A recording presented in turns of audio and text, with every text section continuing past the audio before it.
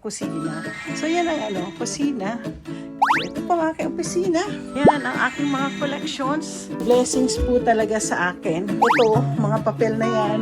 Mga papel. Lalo na yun. So yan mga blessings yan. Blessings sa akin ang mga yan.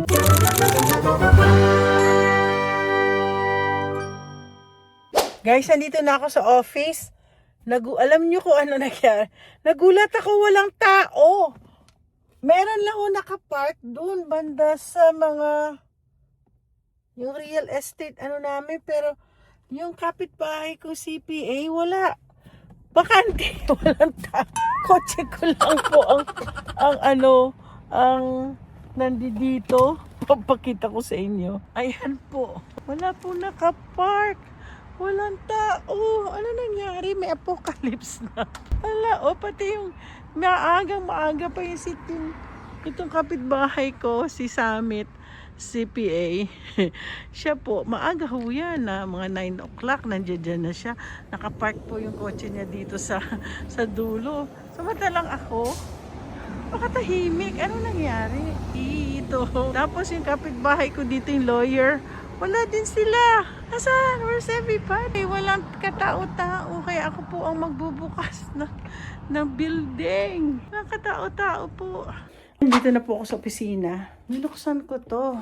Binubuksan ko po yung air condition. Ay, pala. Ayan. Ayan. Ito lang po meron sa harap po ng office ko. May tawag nito. May aircon. Nag-work. Sana mag-work. Ay, nako. Dito na tayo sa...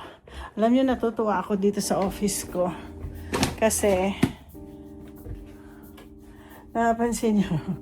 Ito po aking office. Itong... Nakakatuwa yung... Nung February.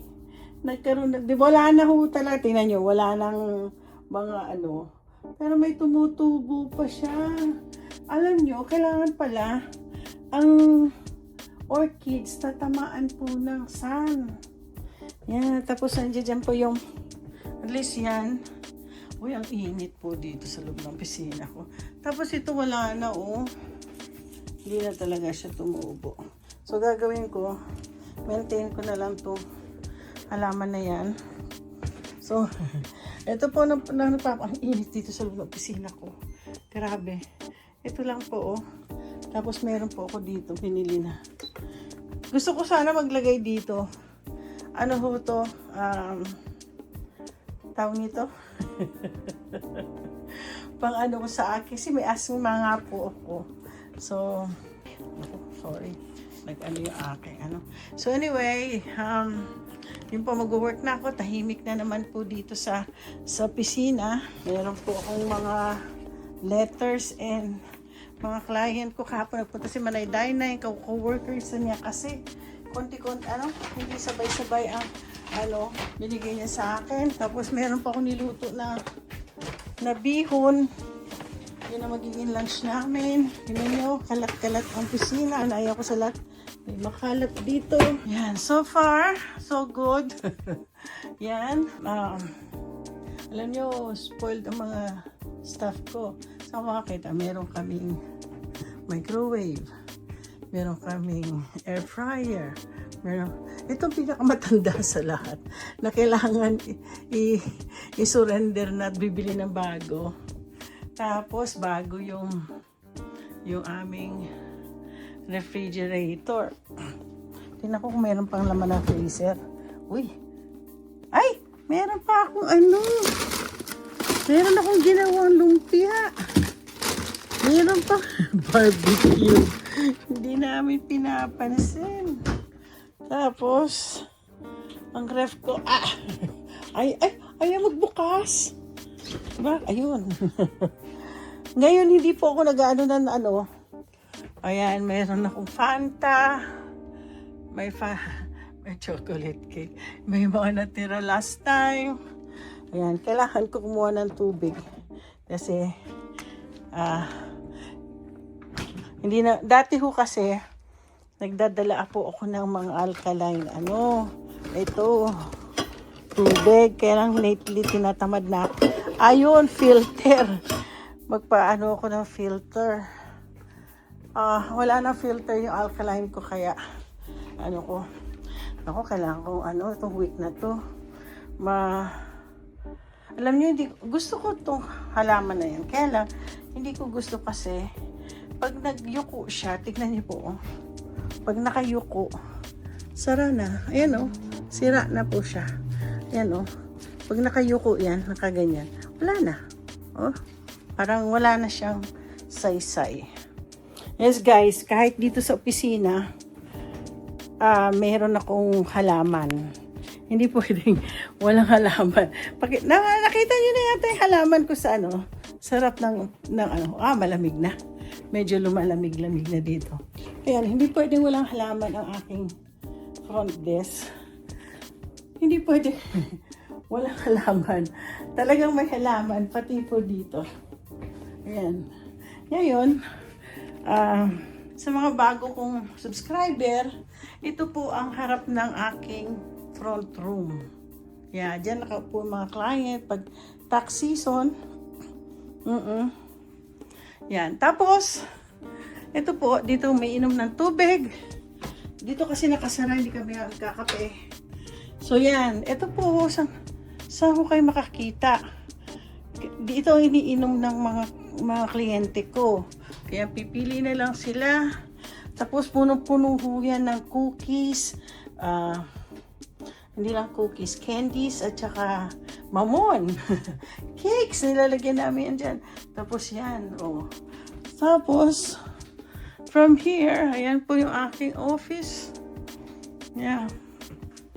Yan ang front desk ko. Tapos, ito po. Ay, sige na nga, ituturo ko na nga kayo. Dito po, ang office ni Myla. Siya ang manager. Dito naman ang bookkeeper, si Nap. Maraming trabaho si Nap. Tapos, of course, dito yung opisina ko. Yeah. Yan po ang opisina ko. Yung unang nakikita ng mga kliyente ko. Na-travel mo, nakapunta ka ba kayo sa mga yan, yung mga yan? Of course, doon ko ako bumili ng mga plates kasi pag every country that I go to, bibili ako ng plates.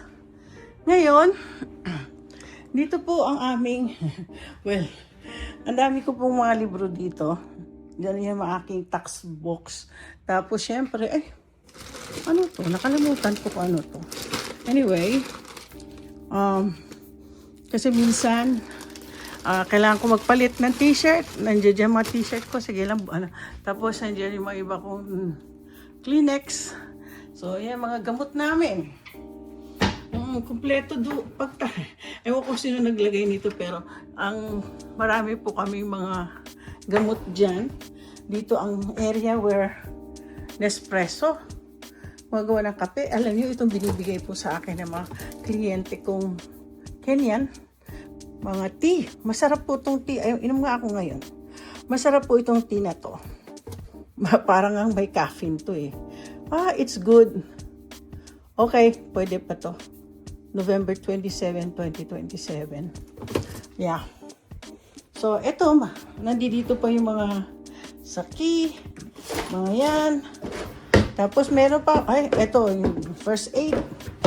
Tapos, sana nila nilagay yung mga ko. Dati may mga martilyo pa yan. So, dito, itong pinaka-restricted area.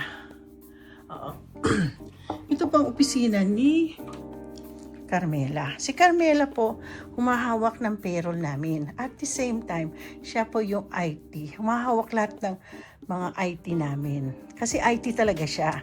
Tinuruan ko lang siya paano maggumawa ng payroll. Ang expert na po siya sa payroll. Yes, aside from being IT, itong bago, para spaceship, no? Yan ang bago naming hard disk. Yan ang ulo. Kahit nakawin po yung mga computer namin. Tingnan niyo po mga computers namin. Yan, walang hard disk. Ito lang kayong hard drive na yan. Yan yung nandito na sa loob kasi dito na. Andito yung hard drive. So, Yeah. Kahit nakawin po lang computer namin, wag lang yan. Kaya po restricted. Mga kliyente lang po ni ano sa payroll ang nakakaupo dito, may massage pa oh.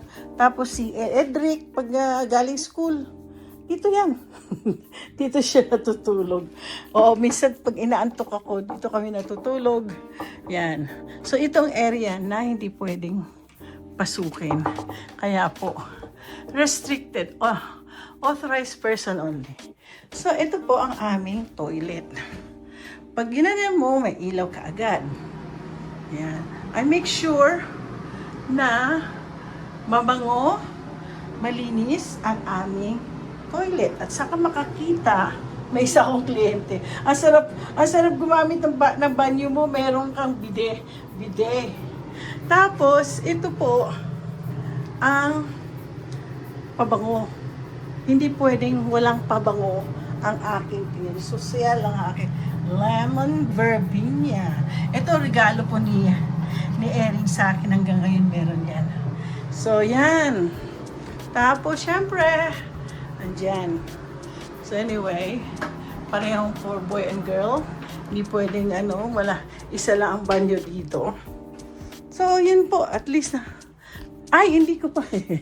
Of course, nakita nyo na una-unang pinakita ko sa inyo yung kusina. So, yan ang kusina. Kaya pag ako ay galing dito sa opisina, diretso lang ako sa kusina, andyan na. Ayan. So, ito pa mga opisina. Kaya minsan yan ang aking mga collections. Dito, alam niyo sa totoo lang, ito mga yan, maglilinis po ako pagkatapos ko tapusin tumataxes ng client ko. Yan, maglilinis po ako. Sa totoo lang, blessings po talaga sa akin. Ang mga, mga papel na yan, mga papel, lalo na yun, doon. Ito yung mga, ayun ba yung okay. May nag-pick up kahapon. So yan mga blessings yan. Yeah, blessing sa akin ang mga yan. Kasi diyan po ako nakakakuha ng source of my income.